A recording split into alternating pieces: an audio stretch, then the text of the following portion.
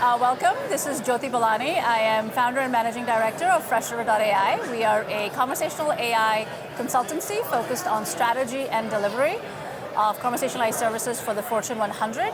And I'm joined today by John Hughes, who is the Accuracy Team Lead from Speechmatics. Welcome, John. Thank you very much. Happy to be here. It's amazing. Are you enjoying the show so far? Yeah, it's good. It's great. I'm having some really good conversations with everyone, actually, and learning a lot about conversational AI, how that works, and some of the challenges as well. So yeah, enjoying it so far. It's excellent. So what are you guys targeting in the types of problems that you're solving in conversational AI? Tell us a little bit about that. Yeah, so at Speechmatics, what the service we provide is speech to text. And that's what we're very laser focused on. We provide the APIs for other businesses to come and use and plug that software in. So we sell to other businesses there. So for example, in conversational AI, a big part of that is you need to understand what someone has said before you can then kind of go on to the next question to ask them, before putting them through to an agent if they need to, right, or solving the problems which they're facing. So a key part of that is being, very accurate in understanding what you're saying. And the key challenges that we face is, we really need to understand every single voice. We don't want there to be a digital divide if someone has a speech impediment or right, a strong accent, or that language they're speaking in isn't their first. So those are the types of challenges that we face with the speech-to-text technology there. So that's interesting because I'd recently done a project, our team and I think it was 2020, for a very large retailer. What I found fascinating was the range of accents, non-native English speakers, or even native English speakers that have ranges of, say, twangs, right? How does that work? I mean, even in the UK, there's ranges of dialects, right? Huge range, yeah, of course. And, it's different for every single person, based on their upbringing, where they might have lived, or even, the slang which they use can be very, very different, right? Yeah. And it's a difficult problem to solve like that. And, conventional ASR, there's been kind of lots of maybe handcrafted features that people look like, the tone of people's voices, and you can kind of add that into the feature vectors which you feed into the models. But actually, what we're trying to do at Speechmatics is learn from the data directly, and actually learn from a lot of the data which doesn't have labels. And by that I mean, in conventional speech recognition, you train something called an acoustic model. And you do that in a completely supervised way. So you've got to have your audio, someone speaking, and someone needs to have typed up the transcript of what that person has said. And then what you're trying to do is you're trying to maximize the probability of the words that they've spoken and minimize the probability of everything else. Right. So that's supervised learning. But what we're trying to do, and what we are doing, we released at the end of last year, is we're using self-supervised learning to power our enhanced models. And that means that we can utilize all of the unlabeled audio that's out there, which is in a huge abundance, basically. So we're currently using 1 million hours of audio, and English systems, it's on the order of 10,000 to 100,000 hours. Wow. So it's like a hell of a lot more audio that we're using. It means there's loads more accents in there. And this is over all languages as well. So this self-supervised learning model understands speech in all languages. And then where are you grabbing all of this? Because, the accuracy of the model is dictated by how much training it gets, right? Where are you grabbing it from, like from public sources? Yeah, there's lots of public sources. There's a huge amount of data you can get freely available. Okay. So we're using a lot of that. We also work with some of our customers as well, and they can provide us with lots of audio. Got it. So those are the main two. You can scrape a lot as well. So given you are leading the team on accuracy, that's right? Yeah. Word error rate, I think, is a metric that you're very carefully measuring to define the success, because it can't be 100%, but it gets darn close. Tell us a little about what is the word error rate metric in your view? So word error rate is simply, you can count up the number of errors that your system makes, and then you can divide that through by the number of words which you have in the reference transcript. So the one that's been typed up by someone, that's the ground truth. And then if there are no errors at all, your word error rate is 0, which means you're nailing it, you're completely perfect. So all the research decisions we make we want to be making sure that word error rate is driving towards 0. But the big problem with this actually is a lot of the times the gold standard transcripts which people use, there are lots of mistakes in there because it's quite a difficult thing to do. If you're transcribing an interview or something, you have to type it down very quickly, or you might not understand yourself. Like, humans aren't perfect at doing this. That's right. So there can be lots of problems there.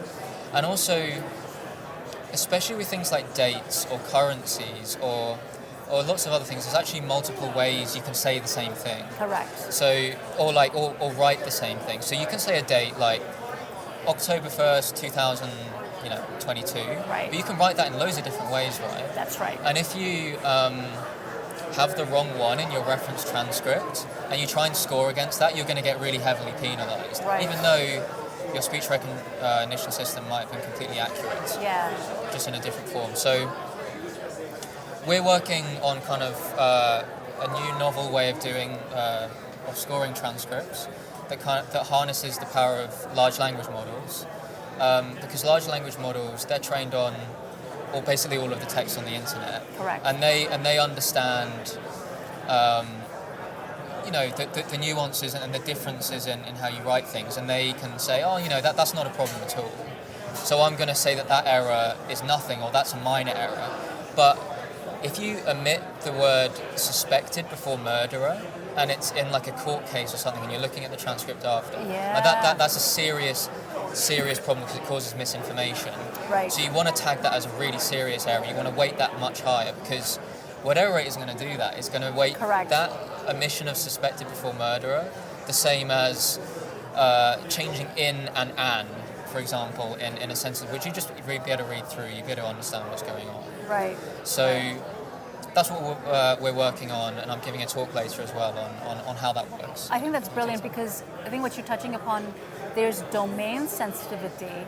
So it's not like it's a one-size-fits-all where you train this, right? Because, for example, healthcare, you want to be very careful about how you're weighting words, like, for example, the names of drugs or diseases, right? And those are the keywords you'd want to get right.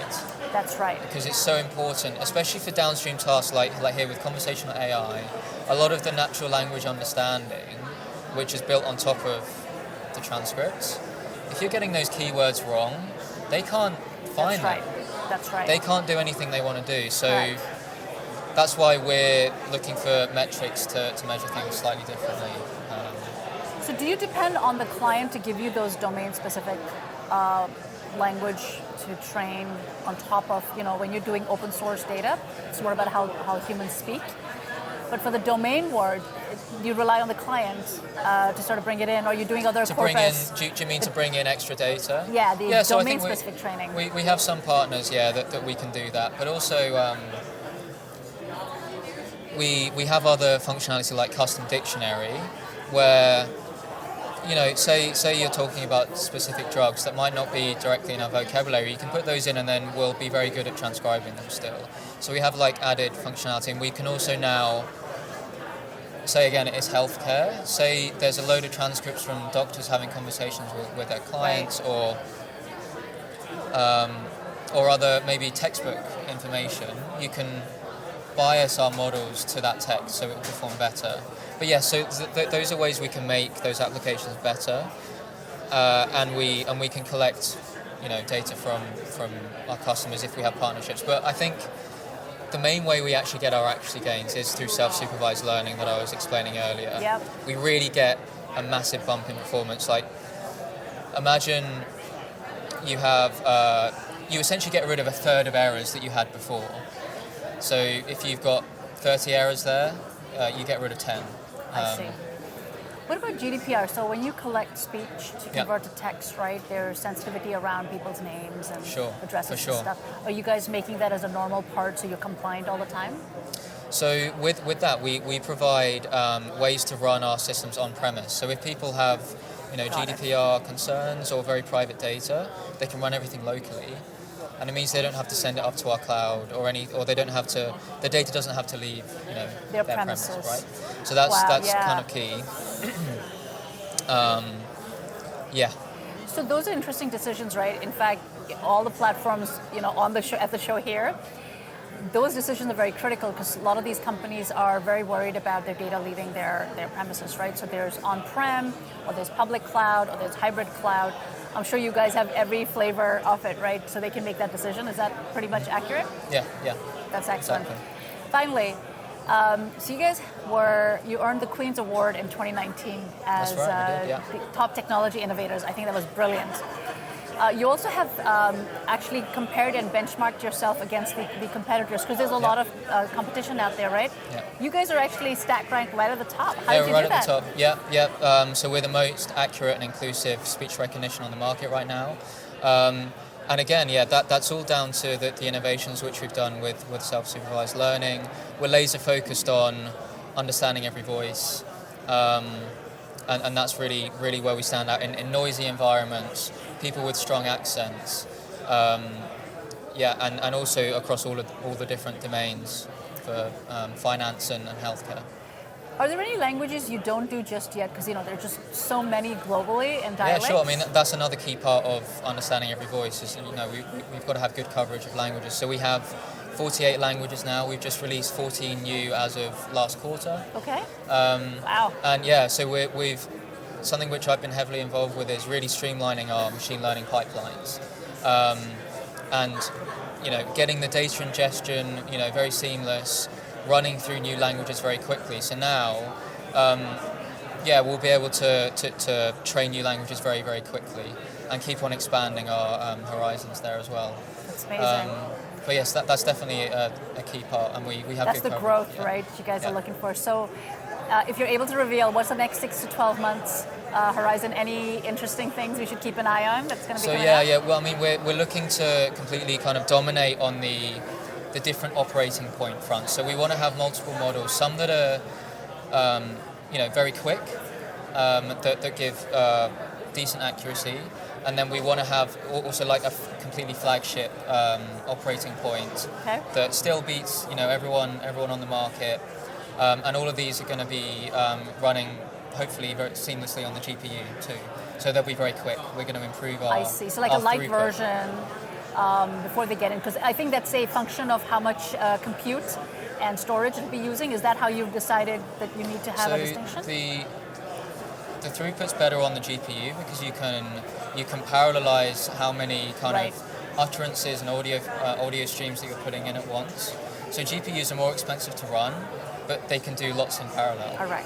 So running them on GPU is great for throughput. Gotcha. So this is your reach, right? Trying to get to more users, right, and companies that are able to adopt it. Yeah, and we want to keep our premium brand, so we're doing everything we can to keep that accuracy across all our languages best in class. Well, that's fantastic, John. I think you guys are doing incredible work. Can't wait to see what's coming out next. Thank you for joining us. Yeah, thank you very much. All right, take care. Enjoy the rest of the show. Cheers.